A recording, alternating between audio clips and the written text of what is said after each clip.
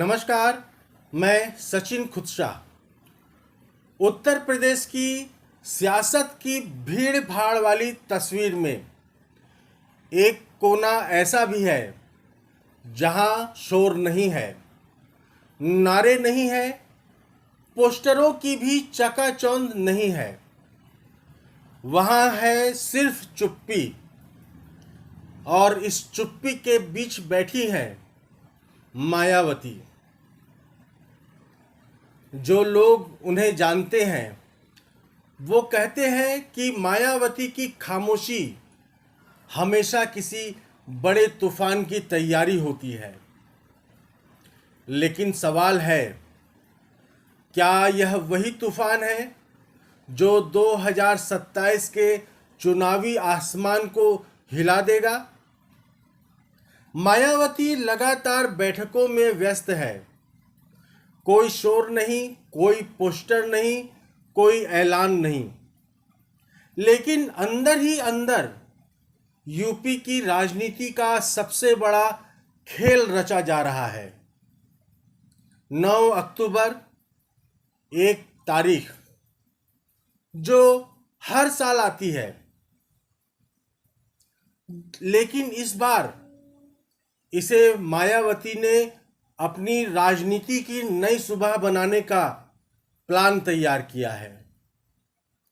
9 अक्टूबर यह तारीख महज कैलेंडर पर एक दिन नहीं है। यह वही दिन है जब बसपा संस्थापक मान्यवर कांशीराम का परिनिर्वाण हुआ था। हर साल की तरह बहुजन समाज पार्टी इसे परिनिर्वाण दिवस के रूप में मनाती है, लेकिन इस बार मायावती की निगाहें अलग हैं। इस दिन की गूंज लखनऊ से लेकर गांव-गांव तक सुनाई देगी। यह बसपा के लिए मिशन 2027 का आगाज बनने जा रहा है। कहा जा रहा है, मायावती अपने राजनीतिक जीवन की सबसे कठिन लड़ाई में है। यह लड़ाई सिर्फ सत्ता में आने की नहीं, बल्कि अपने अस्तित्व को बचाने की है। उत्तर प्रदेश में राजनीति अब 2 रंगों में सिमट गई है। एक तरफ भगवा बीजेपी और दूसरी तरफ लाल झंडा और हरी टोपी सपा। इन दोनों के बीच किसी तीसरे रंग की गुंजाइश मुश्किल से बची है। कांग्रेस नाम मात्र को है और बसपा, उसका रंग फीका पड़ चुका है। लेकिन क्या मायावती इस फीके होते रंग को दोबारा गाढ़ा कर पाएंगी? यही सवाल इस पूरे मिशन की जड़ में है। ऐसे में सवाल है कि क्या मायावती तीसरा कोण खड़ा कर पाएंगी? यही वह सवाल है जो हर राजनीतिक विश्लेषक को परेशान कर रहा है, और यही वह सवाल है जिसका जवाब मायावती 9 अक्टूबर को देना चाहती हैं। 2007 का चुनाव याद कीजिए, जब मायावती ने सामाजिक इंजीनियरिंग के बूते इतिहास रच दिया था। मायावती ने दलित, ब्राह्मण और मुस्लिमों का समीकरण गढ़कर पूर्ण बहुमत की सरकार बनाई थी।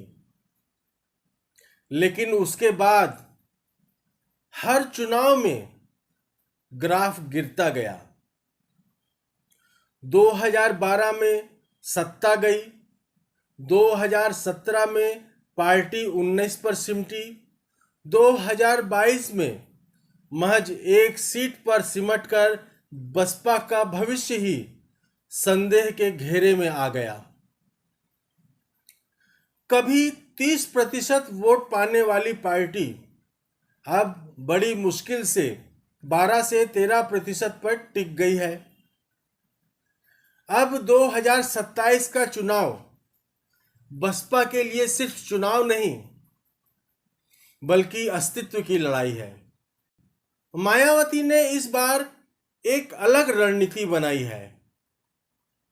ना बड़े पोस्टर, ना मीडिया में रोज हेडलाइंस, ना ज्यादा बयानबाजी। बस गांव गांव जाकर बैठकें, बूथ स्तर पर संगठन खड़ा करना और पंचायत चुनाव को राजनीतिक प्रयोगशाला बनाना। बहुजन समाज पार्टी के बड़े नेता आजकल छोटे छोटे गांवों में छोटी छोटी सभाएं कर रहे हैं।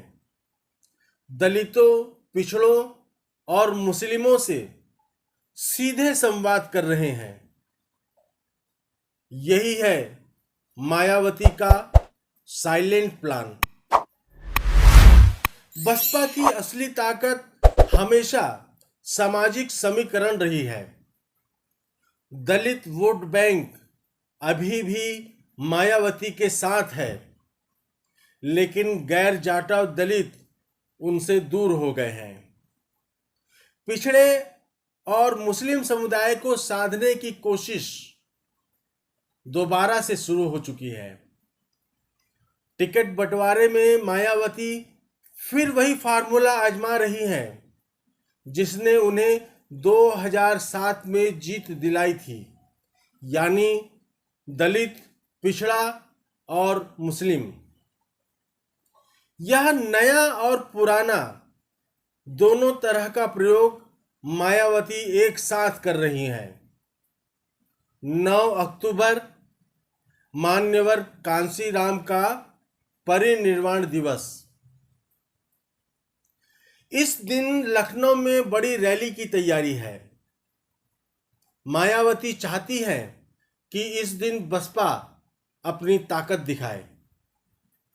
यह दिन होगा मिशन 2027 का पहला अध्याय, और शायद यही दिन तय करेगा कि बसपा जिंदा है या फिर सियासी नक्शे से और मिट जाएगी।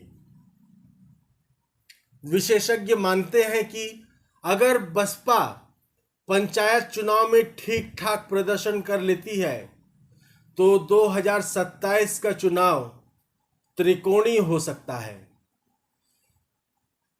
वरना यूपी की राजनीति हमेशा की तरह बीजेपी और सपा के बीच ही सीमित रह जाएगी।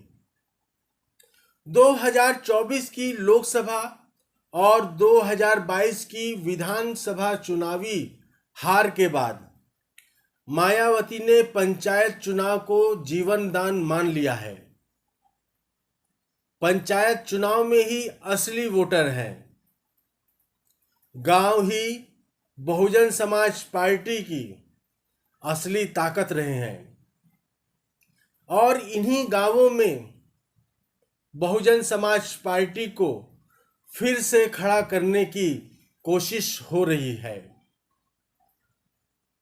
योजना यह है, पंचायत चुनाव जीतकर गांवों में पकड़ बनाओ और फिर 2027 में विधानसभा की बिसात पलटो। बसपा की राजनीति हमेशा एक समीकरण पर टिकी रही है, दलित के साथ पिछड़ा और मुस्लिम। 2007 में ब्राह्मण भी जुड़े और यह समीकरण भारी पड़ गया, लेकिन अब हालात बदल चुके हैं। दलित वोट बैंक का एक बड़ा हिस्सा खिसक चुका है। पिछड़े वर्ग में बीजेपी और सपा दोनों पैठ बना चुके हैं। मुस्लिम वोट बैंक सपा की तरफ झुका है। ऐसे में मायावती का काम आसान नहीं दिखता। फिर भी पंचायत चुनाव में मुस्लिम और पिछड़े नेताओं को बड़ी संख्या में टिकट देने का प्लान बना है। बहुजन समाज पार्टी इस बार कोई शोर नहीं कर रही। यह राजनीति गोपनीय रखी जा रही है ताकि विपक्ष पहले ही अंदाजा न लगा ले। नेताओं को कैडर कैंप में सिखाया जा रहा है कि कैसे बूथ तक पहुंचना है। जमीनी स्तर पर छोटे कार्यक्रम रखे जा रहे हैं और सबसे अहम, विपक्षी दलों से असंतुष्ट नेताओं को धीरे धीरे बहुजन समाज पार्टी से जोड़ना। वरिष्ठ पत्रकार कहते हैं, बहुजन समाज पार्टी का आधार अब भी ग्रामीण क्षेत्रों में है, लेकिन यह दौर गठबंधन का है। अकेले लड़कर मायावती शायद ही सत्ता तक पहुंचे। उन्हें किसी बड़े गठबंधन में शामिल होना होगा। लेकिन मायावती साफ कर चुकी है, बसपा अपने दम पर चुनाव लड़ेगी। लेकिन बड़ा सवाल यह भी है, क्या मायावती अकेले यह लड़ाई लड़ पाएंगी? राजनीतिक पंडित कहते हैं, यह गठबंधन का दौर है। अकेले कोई भी पार्टी सत्ता में नहीं आ सकती। बीजेपी से लेकर सपा तक सभी किसी न किसी गठबंधन का सहारा ले रही हैं। लेकिन मायावती ने साफ कह दिया है, बसपा अपने दम पर लड़ेगी। क्या यह जिद मायावती को और कमजोर कर देगी, या यह जिद ही उनके कार्यकर्ताओं में जोश भरने का काम करेगी? उत्तर प्रदेश की राजनीति में इस समय एक सवाल हवा में तैर रहा है। क्या मायावती की यह चुप्पी एक रणनीति है या हार की स्वीकारोक्ति? 9 अक्टूबर को जब लखनऊ में मंच सजेगा तो मायावती की आवाज यह बताएगी कि बसपा का भविष्य किस दिशा में जाएगा। क्या मायावती फिर से 2007 का इतिहास दोहरा पाएंगी? क्या पंचायत चुनाव से उनकी पार्टी का ग्राफ ऊपर उठेगा, या फिर यह चुप्पी बहुजन समाज पार्टी की आखिरी लड़ाई की प्रस्तावना है? समय बहुत कम है, सवाल बहुत बड़े हैं और जवाब बहुजन समाज पार्टी बसपा की साइलेंट राजनीति में छिपे हैं। लेकिन सवाल वही है, क्या मायावती फिर से 2007 जैसा चमत्कार कर पाएंगी, या उत्तर प्रदेश की राजनीति उनके बिना ही तय होगी? इसका जवाब हमें बहुत जल्द मिलने वाला है, 9 अक्टूबर को। मैं सचिन खुदशाह। अगर ये धीमी लेकिन गहरी पड़ताल आपको कहीं से छूती है तो प्लीज वीडियो को लाइक कर अपना समर्थन दें, हमें सपोर्ट करें। ऑनलाइन बुलेटिन चैनल को लाइक और सब्सक्राइब करें। हम जमीन से जुड़ी ऐसी ही और खबरें आपके लिए लाते रहेंगे। आपका एक लाइक हमें अपने काम के प्रति संबल देगा, क्योंकि यहां खबरें चीखती नहीं, विचार बनती हैं। धन्यवाद।